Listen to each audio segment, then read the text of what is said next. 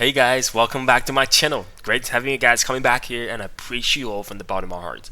Apologize first. I've been extremely busy with my work, and I just haven't had the time really to sit down, you know, gather my thoughts and talk about the things that we love. And haven't uploaded as many as videos as I can, but I try to put as many as photos up in our community and do some shorts when I'm around the house and around the watches. Of course, I'm wearing it every day. So I hope you guys been well for the last about a week or so. No matter where you at, what you do, if your life is going well, you're blessed, right? If you're having some difficulties, some challenges in different areas in your life, and I'm telling you this, God is looking after you. It's gonna be okay. I'm telling you, it is going to be okay. Of course, work hard to look after yourself, look after your family, and do great things with your life. Okay. Now, with that out of the way, today today we're gonna focus on our beloved Willard. As we all know, we had this Willard. We unboxed this about a month ago. I bought it used, a mint condition. Of course, I found there was a bit of scratch on the lugs that the seller didn't disclose. But again, this is very in the discreet area. I'm not gonna bash too much about it. But again, absolutely loving this, right? And in the last months, really, where it has been sitting, it's been sitting with boutique, the local Seiko boutique watch repairer, because there were a couple specs again on the crystal I wasn't really happy about.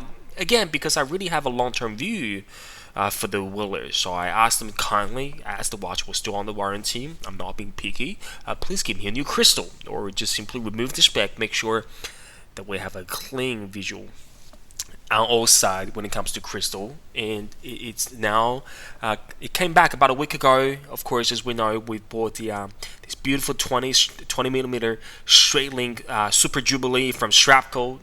I'm loving these, guys. I'm truly loving this combo, and I can't stop wearing this.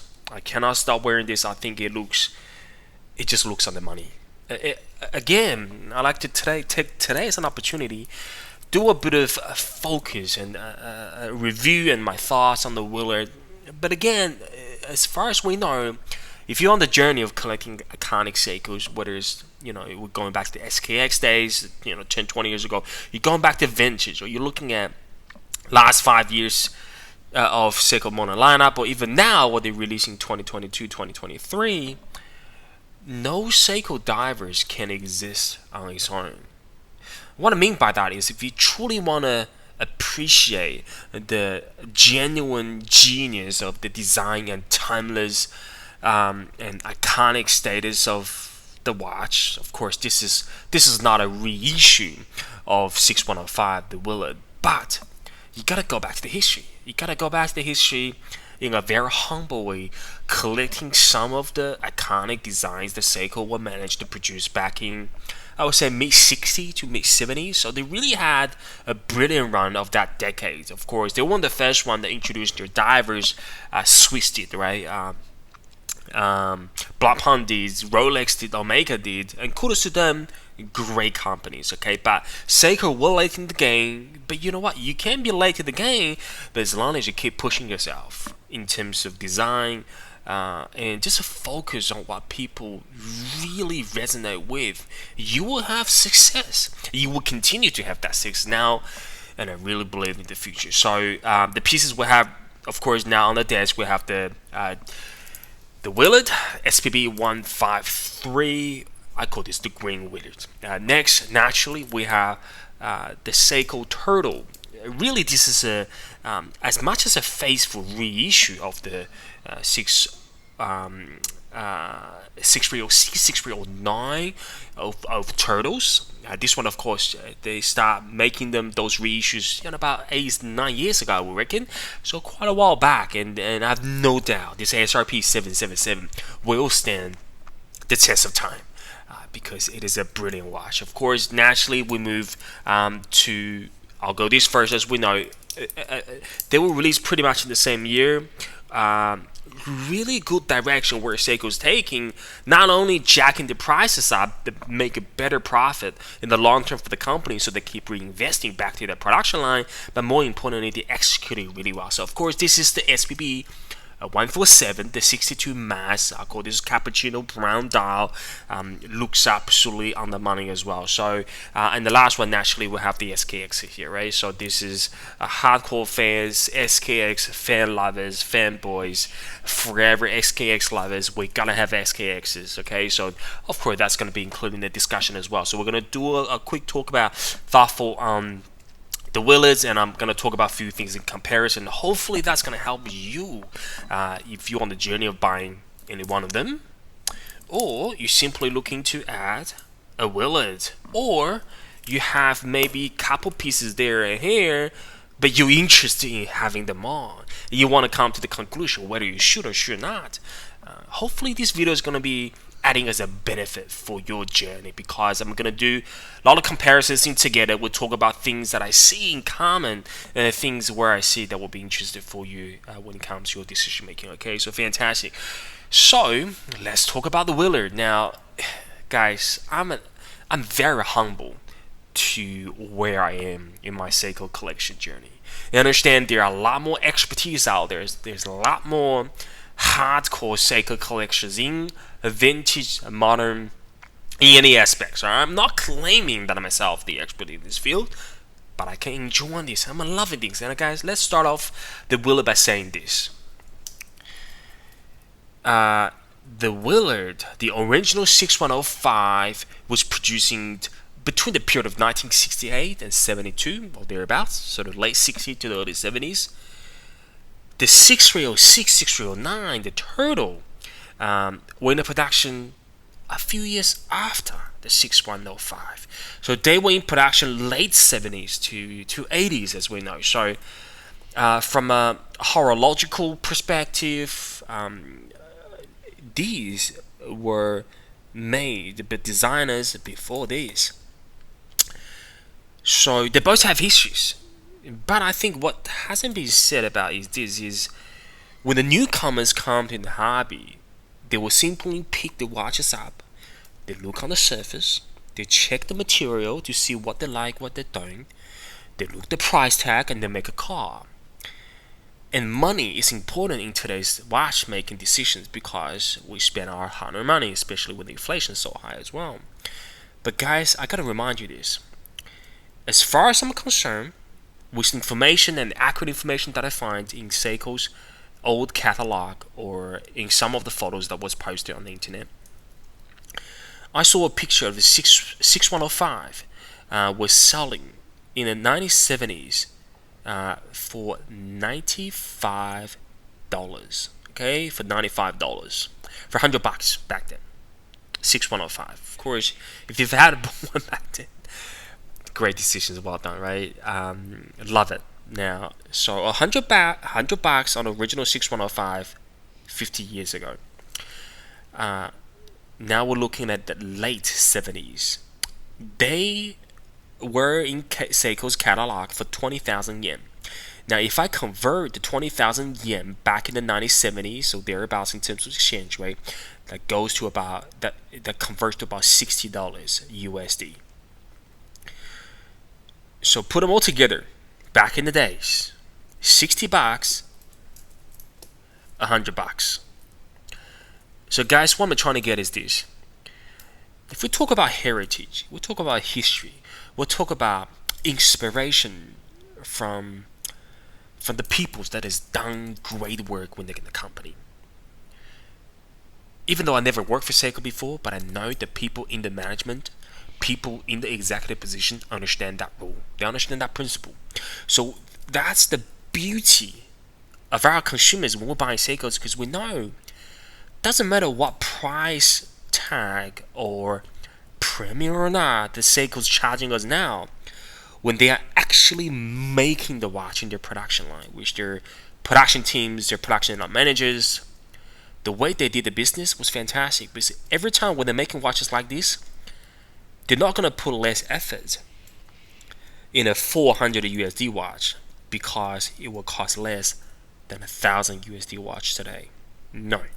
When they're making both of them, they treat both watches with highest respect because they know their job, the money-making machine as we know in the watch industry, wouldn't exist today without the past, or without the people that live in the past. Many of those people passed away already. Like, I'm sure that we know this is truly back 40, 50 years.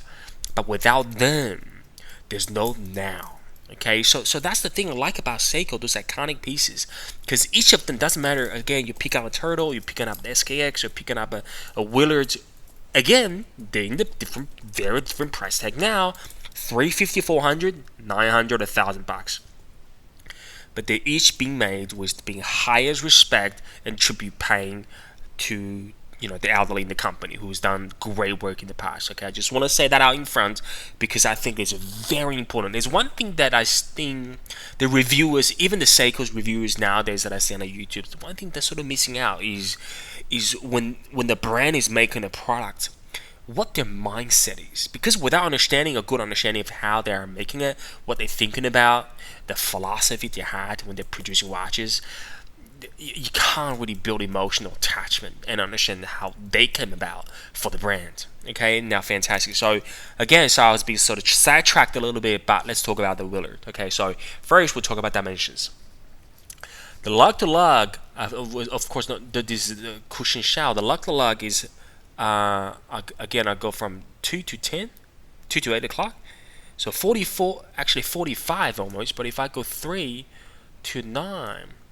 Okay, so this is perhaps, again, I'm literally just measuring about that crown protected, that cushion right there, 42 and a half. This is, as we know, the 42 and a half, very similar size to the 40 and a half or 41 of the 62 mass. So Seiko knows the trend. They know that we prefer diameters around that 40. Even anything about 40 is now considered large watches, right? So 42 is probably on that higher tier of what today's marketing and trend is considered as large watches. But I'm telling you guys, they've done as any 42 or 42 and a half millimeter sports watches out there. I love this the best. I think they really balanced between that spectrum between toolish, spotness, and I'm not gonna call this as a dress diver, but guys, especially on these 20 millimeter Super Jubilee bracelet, it just feels like it's sort of jewelerized. Is that even a word? It's jewelerized the whole watch head.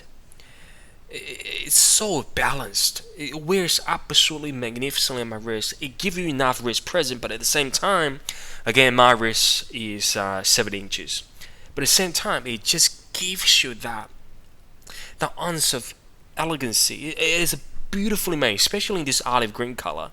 That is not black. It is not a matte black, or it's not a all the way sort of sunburst out that everybody's got to look at me. That was fantastic. So again, guys, in my personal humble opinion, if you buy a Willard, you want to buy one of those. So make sure you get the one with. I prefer. This is my opinion.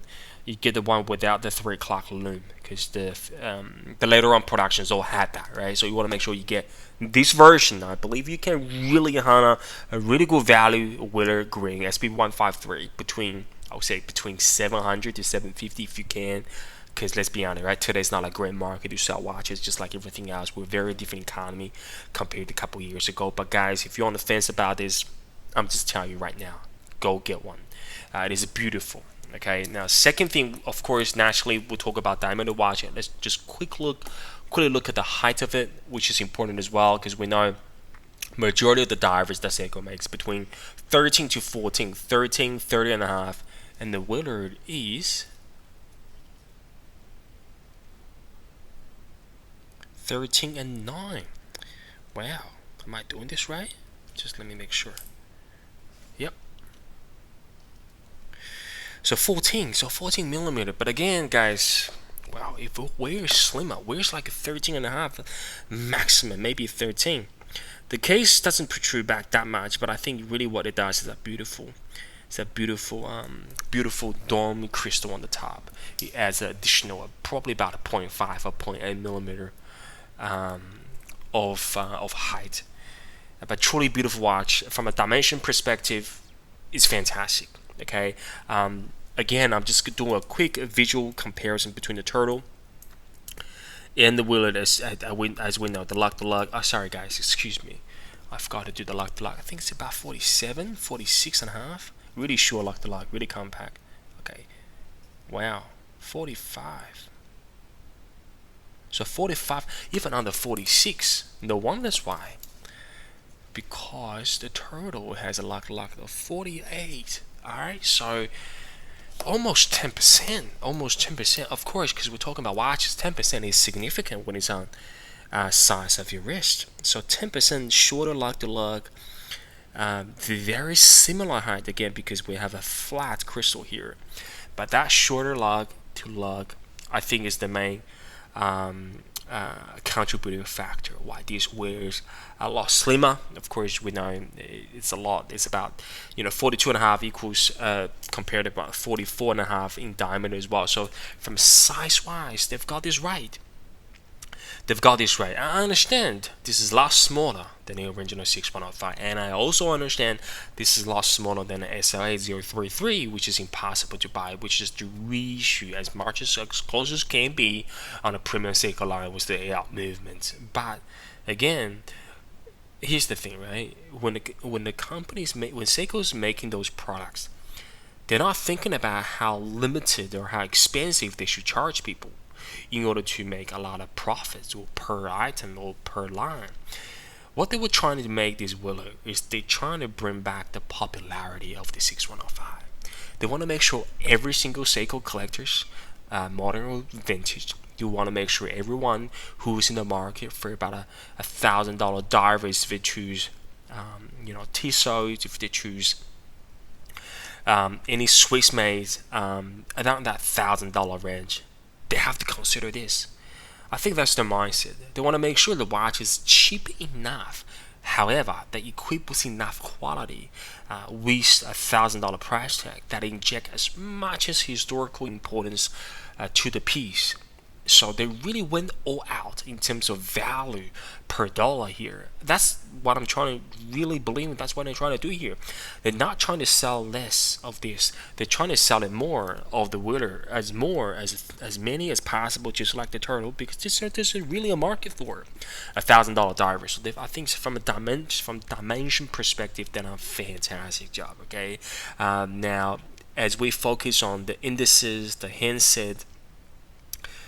It is fantastic, guys. Look, I'm not a micro guy that will talk about everything in detail, but I'm just gonna do a close up on the hands here. The hourly hand, all the hands. Okay, so they are sort of, you see that line in the middle? They sort of half brushed and half polished, so lights reflects beautifully.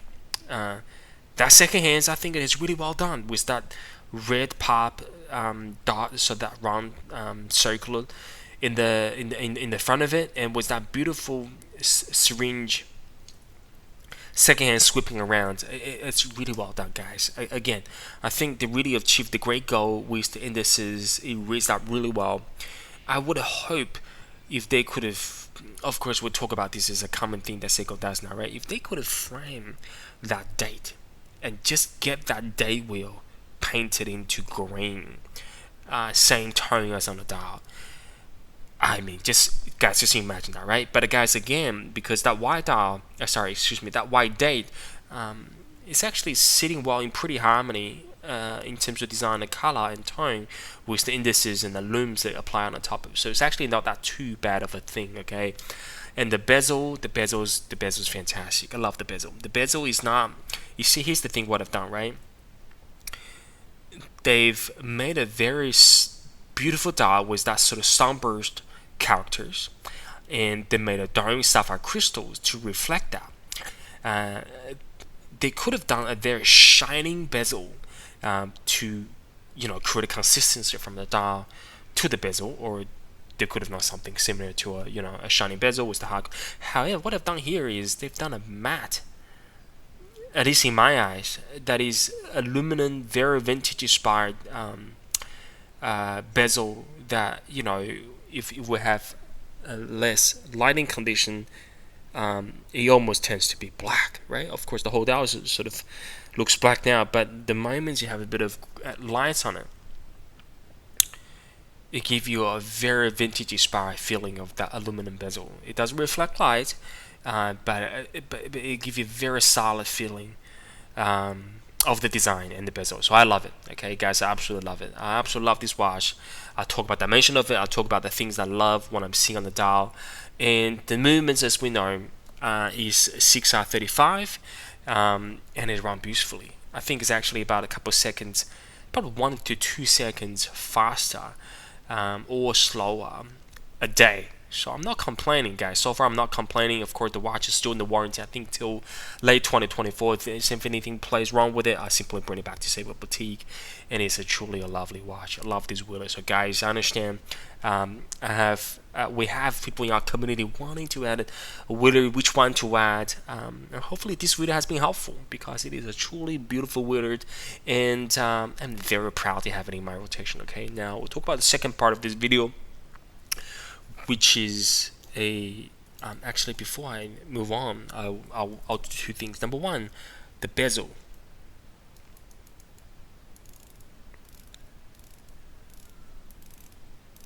Just enough resistancy. Just enough resistancy. Classic Seiko bezel feeling. And aligns perfectly, okay? And naturally, we'll talk about. I'm just gonna shine it under my lights here. Just give you guys. I understand this is broad daylight, right? But again, that beautiful green lume. It would be better if because that one, the 62 mass, is blue. I would have preferred blue on a green dial. You guys know what I mean, right? But again, the lume's not too bad, okay? The lume's not too bad. Not as good as the turtle, but I think better than the 62 MAS, okay? And it's very elegant watch, okay? Now, let's talk about the second part of the video, which is compared to a couple of Seikos that, again, our subscribers, and you probably already have, or you're looking to add, and you're wondering, should you invest the money in the Seiko, in the Willards, or should you just diversify, buying the SKX, buying the Turtle, and call it a day? Again, I think I've chosen here well, right? So we have a couple of modern, we call that mid-tier. Really, what Seiko trying to do of bring that price tag up to about $1,000 to 1,500, but at the same time inject as much as faithful heritage, as much as history, as much as power reserve when it comes to movements, as good as the finishing, to make sure that it stay attractive in that $1,000 price tag. Of course, this is their strategy for now, and I truly believe they have a long-term plan for the brand. Okay, again, let's waste no more time. First, we'll talk about the ones that I already shown you just previously. The Turtle. I love the Turtle. I love the Willard. Of course, this is black. This is the sunray green. There you go, holding them both from side to side. Of course, we know when it comes to finishing, this has got hard coatings on it. This is just purely stainless steel. But guys, here's the thing that I'm talking about before. This watch cost $1,000. Of course, to finish better. It's all polished on the sides, but the Turtle's no slouch. Here as well. I know it's got hairline scratches, nothing major really, but the Turtles are just so well built, guys.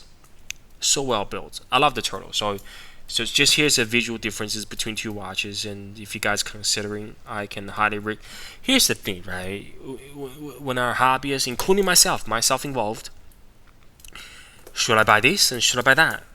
That statement is pretty much based on the fact that you understand both of the products. Now, when it comes to watches, if you ask the question, should I get a Willard, should I get a Turtle? Can I tell you my honest, humble opinion? Get both. Because you know you deserve both. You gotta get both. You just, which color and which one first. So here's the Turtle. And here's the 62 MAS, the SPB153. Right? Many of you probably only can put off with your funds per one of them. Classic S62 MAS, a classic Willard. There you go, side by side.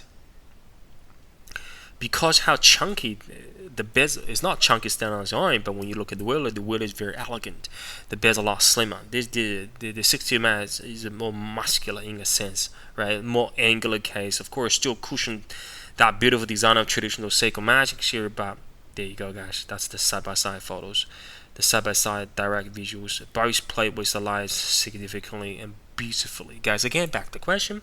Really, should I get a 62 ms or should I get a Willard? My answer for you is the same. Get both, because you need both, right? You need both. And lastly, we have our fan favorite, and without a shadow of a doubt, from a classic and design perspective, it is the Rolex of the people. Okay, the XKX, I love it. There you go. So both about 42.5 millimeter in diameter. From lug to lug, this one is even shorter. Of course, we're looking at a whole different designs altogether, but again, they borrow the same spirit of cushion designs. I love both. So here's the thing, guys. You see, after showing all those comparisons, it's not about one is better than another. One is superior than another. Oh, if I get one, I don't have to worry about them. Oh, if I get this, I don't have to worry about Willard. If I get a turtle, that's a cushion showcase. I don't have to worry about Willard. No. That's the wrong approach. Seiko has figured out all of them. The reason why they coexist at the same time, people were saying, is because consumers can choose. In my eyes, Seiko spend night and day and long, try to figure out every single one of them beautifully and produce them across different time periods for you to buy them all, to experience the magic, to experience the history, because that's really what they're trying to do here, right? Just hold all of them together. So there you go. Maybe that's a family shot, right? So all the way production from, this is the first Seiko's divers, right? So early 60s, mid 60s, late 60s, early 70s. Where are we now? The turtle, late 70s and 90s. So last 50 years, they were made and they are enjoyed. They are reinterpreted, and I have no doubt their life will be continue on, because we love them, we will treasure them, we look after them, we enjoy every bit of them. And with saying that, I truly hope this video has been, excuse me guys, I've been probably way too long, a lot longer than anticipated. I gotta go back to my job, but again guys, hopefully this video has made some sense, or has provided some direct comparison of the watches you have in your heart that you want to add on to your collection. Any questions, please chime in on the comments below. I have no doubt I'll catch you guys very soon in the next video. Okay guys, take care guys, bye bye for now.